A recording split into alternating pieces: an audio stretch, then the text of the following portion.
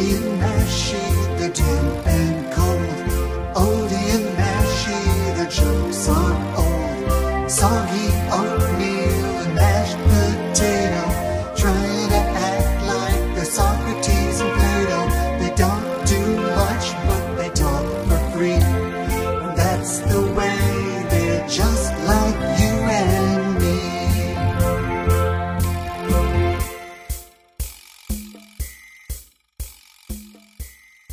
Hello, and welcome to Oaty and Mashy.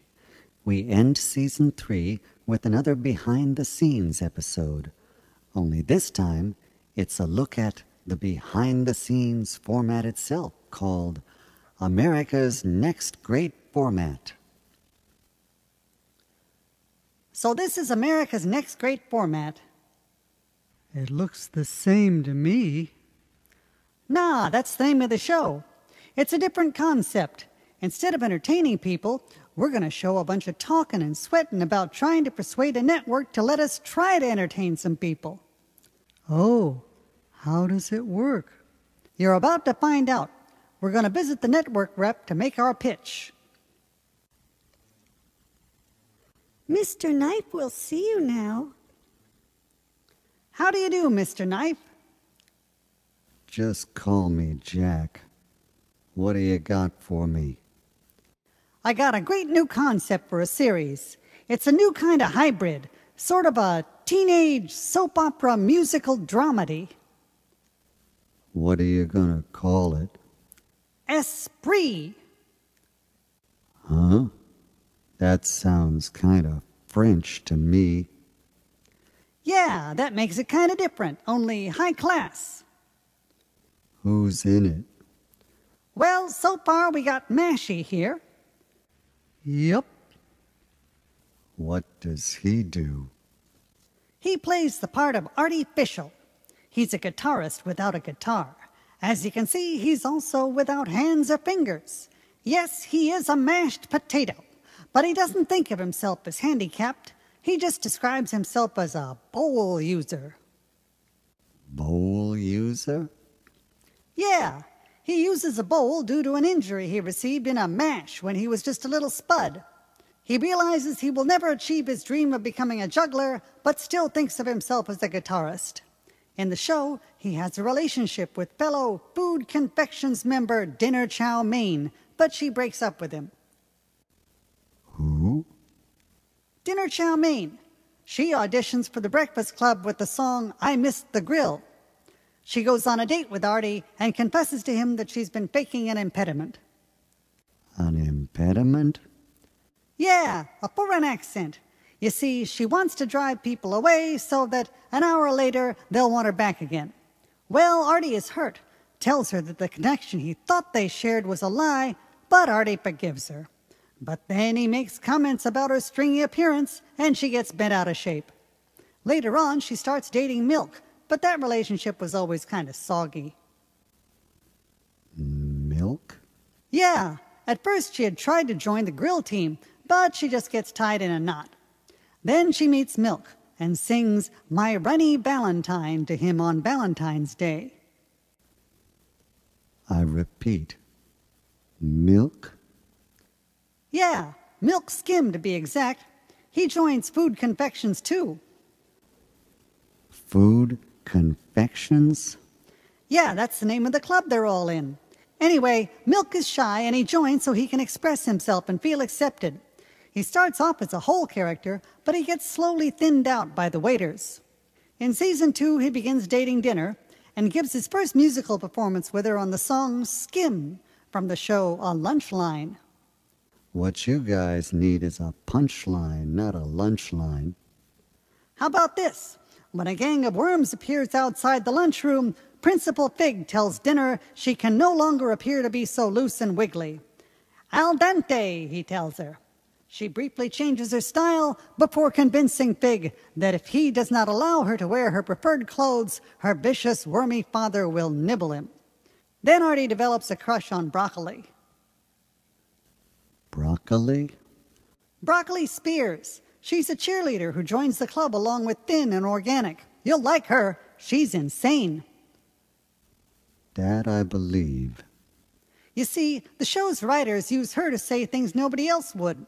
She finds recipes confusing, cheats off absent classmates, and doesn't know her flour from her stalk. She sings 2 songs at the same time. Then she has a physical relationship with Organic. Okay, I'm waiting. Oh, Organic is the bad girl. She joins the club with Thin and Broccoli. She offers to cook with Flapjack luncheon, and he accepts after confirming with Raz that she's still secretly seeing the Vocal Vitamins lead man Eggy St. Sunnyside. In Season 2, Spam and Thin have broken up because Organic told Spam about Thin's kiss with Flapjack. As a result, Spam and Organic get together. However, it is revealed that Organic's true love is Broccoli. She unsuccessfully asks Broccoli to break up with Artie in order to be with her after confessing her love.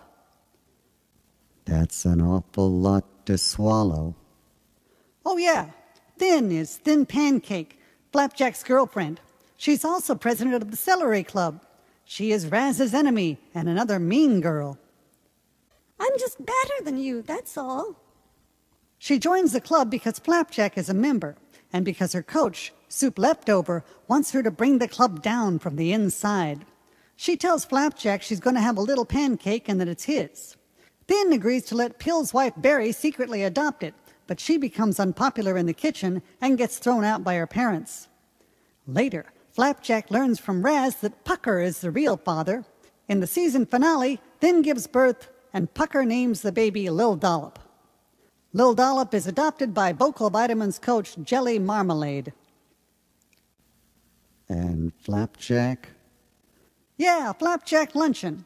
You'll like him. He isn't just a dumb hot cake, but instead, he rolls a fine line between following his dreams and coping with whatever gets poured on him. He's the star of the pancake team. You see, he thinks he's the father of Lil Dollop, despite the fact that he and Thin never shared a griddle. Sounds like he's not too sharp. No, he's kind of flat, but that's because his father was killed in Operation American Harvester. Flapjack finds out that Thin's baby is Pucker's after Raz tells him. Raz? Yeah, Raspberry. She's the misunderstood member of the Esprit Club. She says she is on a journey of finding herself. Everyone else says that she should just look deep in her own bowl. Anyway, Raz has this on-off relationship with Flapjack, and the two share a plate in the episode Frying Pandemonium. Raz quits the Esprit Club when Pill assigns a solo performance that she wanted for herself to Dinner Chow Mein, and Raz gets awarded the lead role in the school musical Cafeteria, but later quits to rejoin the Esprit Club when she realizes she would rather be in a group where she has friends. Well, where she thinks she has friends. Raz has a brief relationship with Pucker, but ultimately breaks up with him over her feelings for Flapjack. She later dates Eggy St. Sunnyside, the lead singer of the rival club Vocal Vitamins, who ultimately betrays her in favor of his club. Raz discovers that Vocal Vitamin coach Jelly Marmalade is her birth mother, but the two just don't mix. At the end of Season 1, she and Flapjack reconcile, and he tells her that he loves her. At the start of Season 2, they are a couple. But Flapjack breaks up with her when she gets mixed up with Pucker in revenge for Flapjack's twist with Organic earlier in Season 1. That's for that tryst you had earlier in Season 1.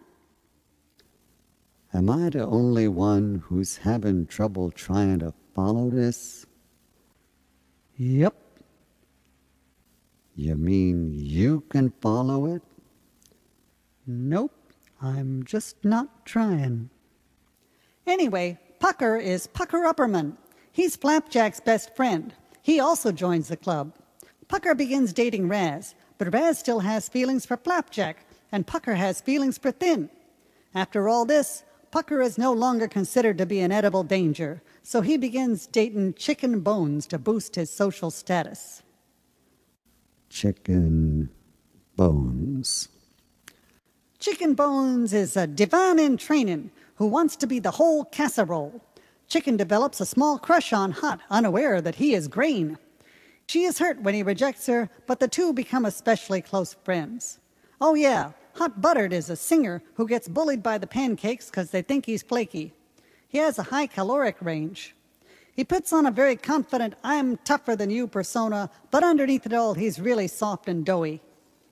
During the first season, Hot comes out as Grain and develops a crush on Flapjack. Now, Burnt Biscuit is Hot's father and Flapjack's stepfather after his marriage to Flapjack's mom. Hot comes out to him in the episode Batters Up. During the first season, Hot acts as a matchmaker for Burnt and Flapjack's widowed mother.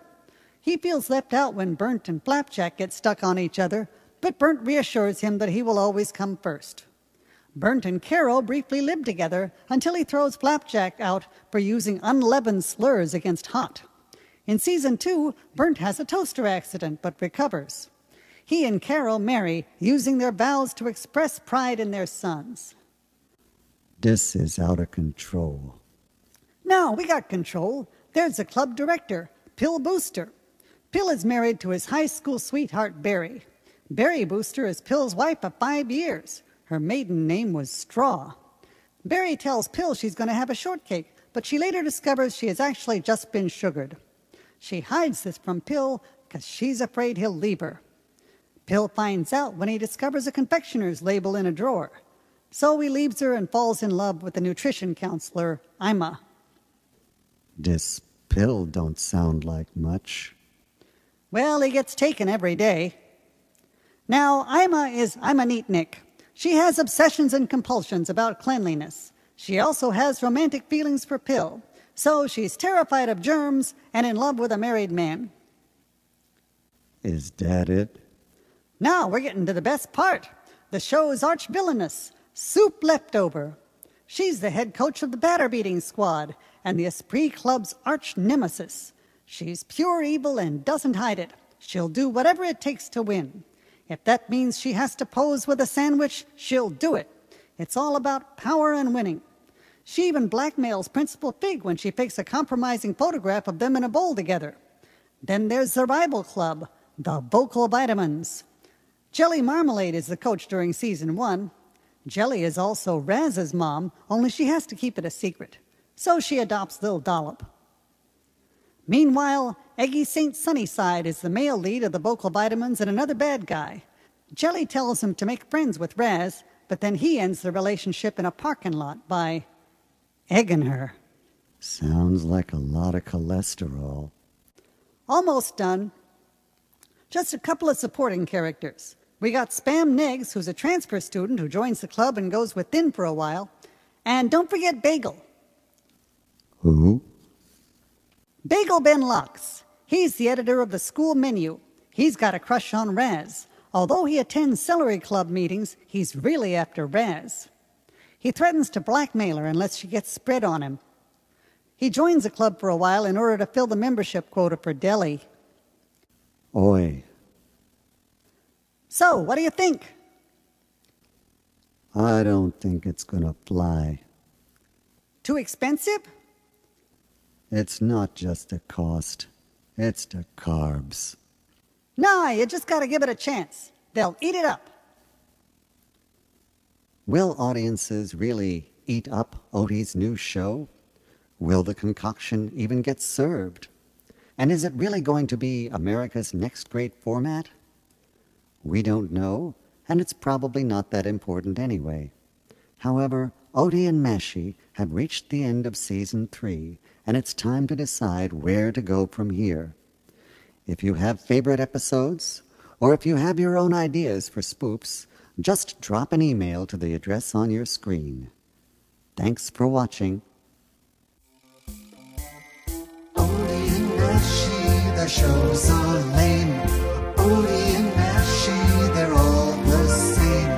Oaty's answer and Mashy's question, guaranteed to give you indigestion.